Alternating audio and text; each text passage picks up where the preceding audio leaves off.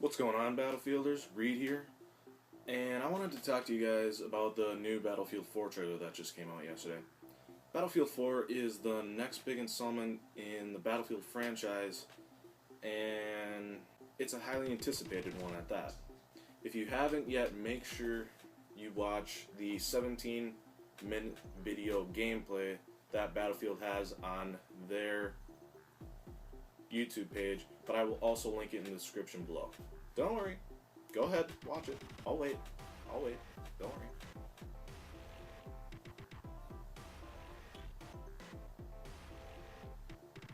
You good? Oh, okay. Well, make sure you hit pause and then we'll be good. Alright, anyways, continuing. Now, let's get into this. Item number 1. How freaking awesome do those graphics look on that game, man? I mean, I know it's coming from a gaming PC, but with the next-gen consoles, it's all gonna look the same. It doesn't really matter if they're demonstrating it on a next-gen console or on a PC, it's gonna look the same for us when we get our final product.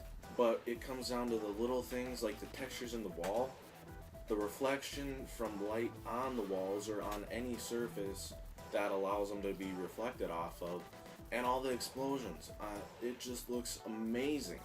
These are things that it excels in far beyond what Battlefield 3 was ever capable of doing with our current gen consoles. And also the building destruction that they had in the part where the building just fell down while they were in it, that was just impressive. With all the detail that they had with just that, I am blown away already. And the nice part about it is they have from now until fall to make all the improvements that they can possibly imagine for making improvements on. They can polish it up as much as they want. It doesn't matter. What we see now is not the final product. What we see in fall, probably November or October, most likely November, on our next gen consoles, it's gonna be freaking amazing. Now the characters themselves, I was very, very impressed with the characters. They made it so that when you looked at them, it would be easier to make an emotional connection to them because you could see them. You could tell their story by looking at their face. That's something that's just, you can't do with our current gen consoles. And along with watching how the story progresses and seeing that first bit at the beginning and then watching the whole thing, how it came up to that, you know, it just gives you that connection with the guys who you're watching on it. And when you're actually playing the game, you're gonna have a much more personal connection than you ever could have with any current mainstream first-person shooter out there. That is a rare quality.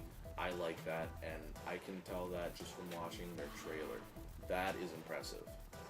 A very, very good thing that they decided to do with this installment of Battlefield was take out the co-op mode that they had in Battlefield 3. That was just a disaster from the get-go. I mean, how many people actually played it? Right? Not that many. And with as much trouble as it caused them, like me, I personally wasn't even able to play with a lot of my friends because we just couldn't connect.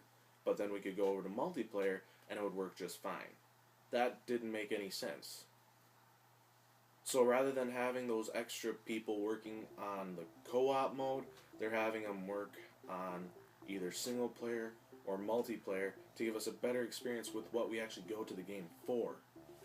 Even though some people might come for the story, they stay for the multiplayer, or vice versa. Bottom line, ditching the co-op mode was one of the best things that they could have done for Battlefield 4. And let's wrap up this video with talking about the new campaign competitiveness. I'm sorry, that's the only thing I can think of to call it. Anyways, what they're trying to do here is they're adding leaderboards to the campaign mode so that it adds that extra level of competitiveness when you're playing against your friends. You know, you're trying to do, like, say, one of your friends gets this time on it, and you have this time on it, but you want to beat your friend's time because he has a slightly better time than you. They're trying to make it They're trying to increase the replay value of the game by adding that to it so that you'll stay for the story mode instead of staying for the multiplayer. This could be hit or miss. I'm not quite sure yet. When they fully implement it into a game, we'll see. You know, I'm not quite sure that it's going to be what brings me back to the campaign. What they should be focusing on for bringing people back to the campaign is make a good campaign that is going to be worth people's time to keep coming back to. If you can do that, then you're making more of a success than adding a silly little feature that people are probably going to ignore anyways.